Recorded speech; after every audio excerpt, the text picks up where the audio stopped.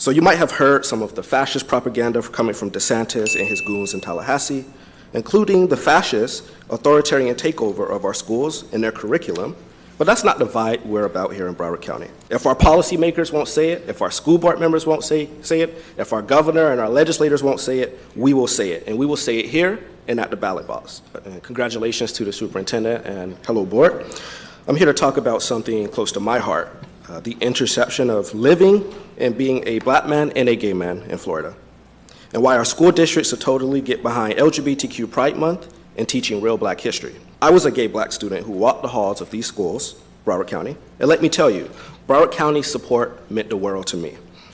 It was like having a big, diverse family that had my back no matter what. And trust me, that kind of support makes a real difference in the lives of all of our students. So now let's put aside all of the negative noise we're hearing and focus on the amazing tapestry of love that we have here and the diversity we have in Broward County. Embracing LGBTQ plus Pride History Month and Black History isn't just a checkbox. It's a loud and proud statement of who we are and that every student, no matter who they are or who they love, is important. I know firsthand how it feels to be seen and accepted for exactly for who you are and to not be. And that's the feeling we want all of our students to have. So by standing up for LGBTQ Pride History Month and history, we're saying, hey, you, no matter what, we've got your back. Let's make sure every student knows that they belong, and let's keep building a community that celebrates love and acceptance in all of its forms. And let's not bully our kids.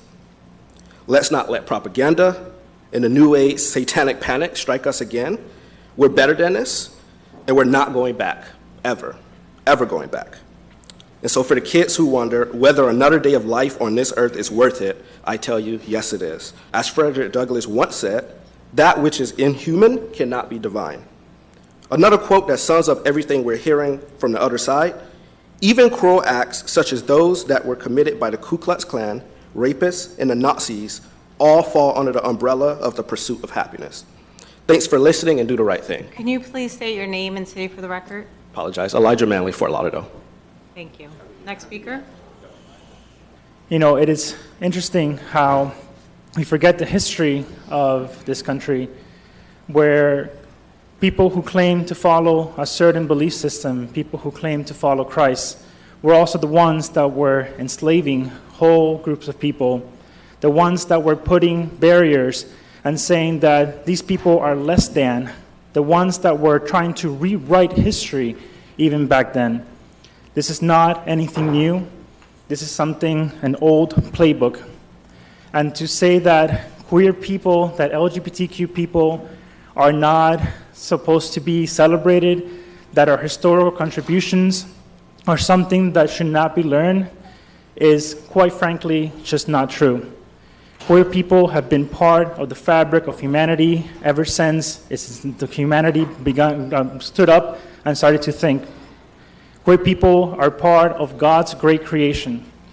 Queer people are the rainbow that represents the wide depth of humanity. We are here and we will not be erased.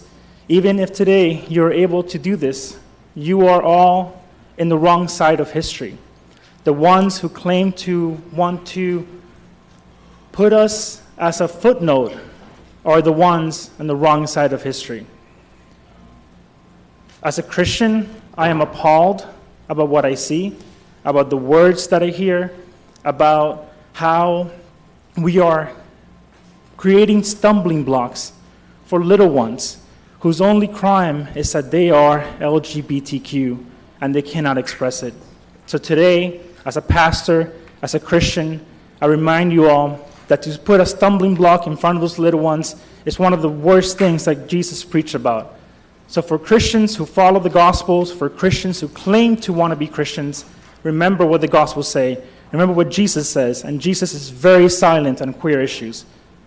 So we should be celebrating our queer brothers and sisters.